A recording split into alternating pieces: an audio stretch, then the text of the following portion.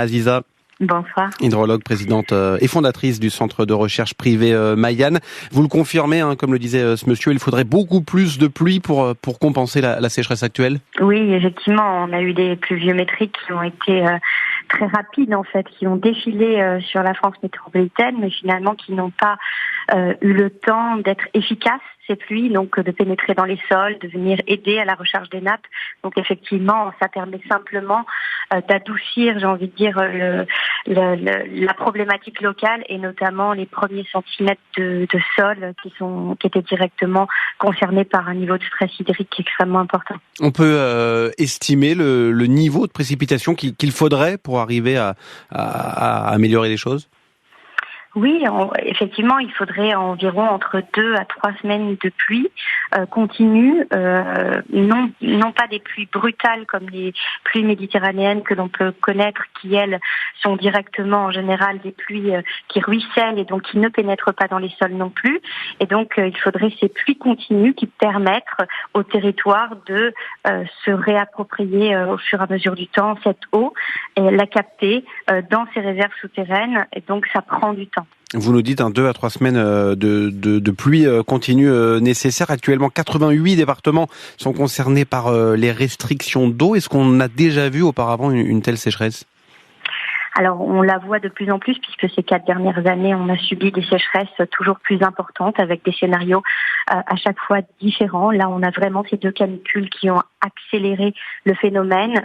Ces périodes aussi où on a eu une absence totale de pluie sont venues rajouter des éléments à cette sécheresse. Et donc, effectivement, on est dans une situation très problématique et surtout que les dégâts, les dommages en fait qui ont déjà atteint le territoire, on va pas pouvoir les résorber avec une nouvelle pluie. C'est-à-dire que les manques de récolte, tout ce que l'on peut recenser, notamment au niveau des agriculteurs ou bien les impacts qu'on a au niveau des maisons, des fissures, ce ne sont pas les nouvelles pluies qui vont venir régler le problème. Ce sont simplement les niveaux des hauteurs d'eau superficielles et profondes qui vont se modifier. Ça veut dire qu'on a des dégâts très importants. Je crois que l'an dernier, on parlait d'1 milliard d'euros. On va sûrement le dépasser cette année.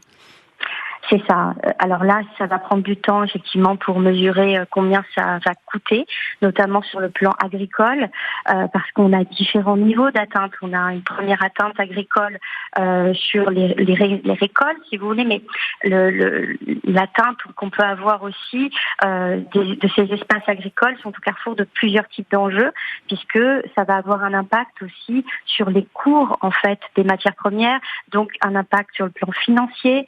On va voir aussi dans le temps ces maisons qui ont été touchées au niveau des sols profonds qui vont se remodifier. Donc en fait, ces fissures qui vont apparaître peut-être d'ici 3 à 6 mois.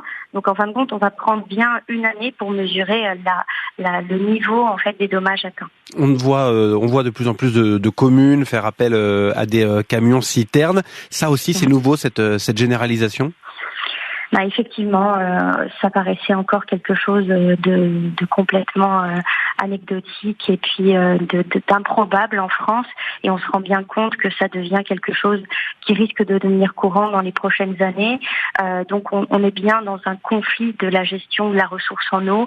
Et il va peut-être falloir revoir l'intégralité de notre modèle qui ne s'adapte pas. On n'a pas un modèle qui est résilient et on est en train de le montrer puisque on est atteint. On serait résilient, on serait capable de rebondir si on était capable d'avoir des solutions alternatives à mettre en place tout de suite. Le problème, c'est qu'on n'y a peut-être pas réfléchi assez tôt et on l'a pas vu venir, malgré ces quelques années. Justement, Emma Aziza, face au réchauffement, face au dérèglement climatique qui va encore s'accentuer ces prochaines années, il faut prendre des solutions sur le long terme et ça là, on n'y réfléchit pas? Je pense qu'effectivement, on réfléchit au coup par coup. Quand vous regardez les annonces qui ont été mises en place pour les retenues collinaires au niveau agricole, on se rend bien compte que ça génère des débats tout simplement parce que ça génère d'autres problématiques. Si vous créez une retenue collinaire d'un côté, vous allez favoriser un type d'agriculteur et pas un autre, notamment avec des aides de l'État.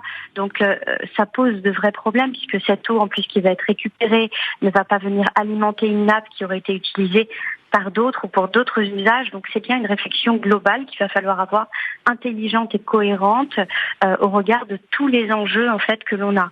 et notamment environnementaux, agricoles, etc. Merci beaucoup Emma Aziza, hydrologue, présidente fondatrice du Centre de recherche privé Mayan. Merci à vous.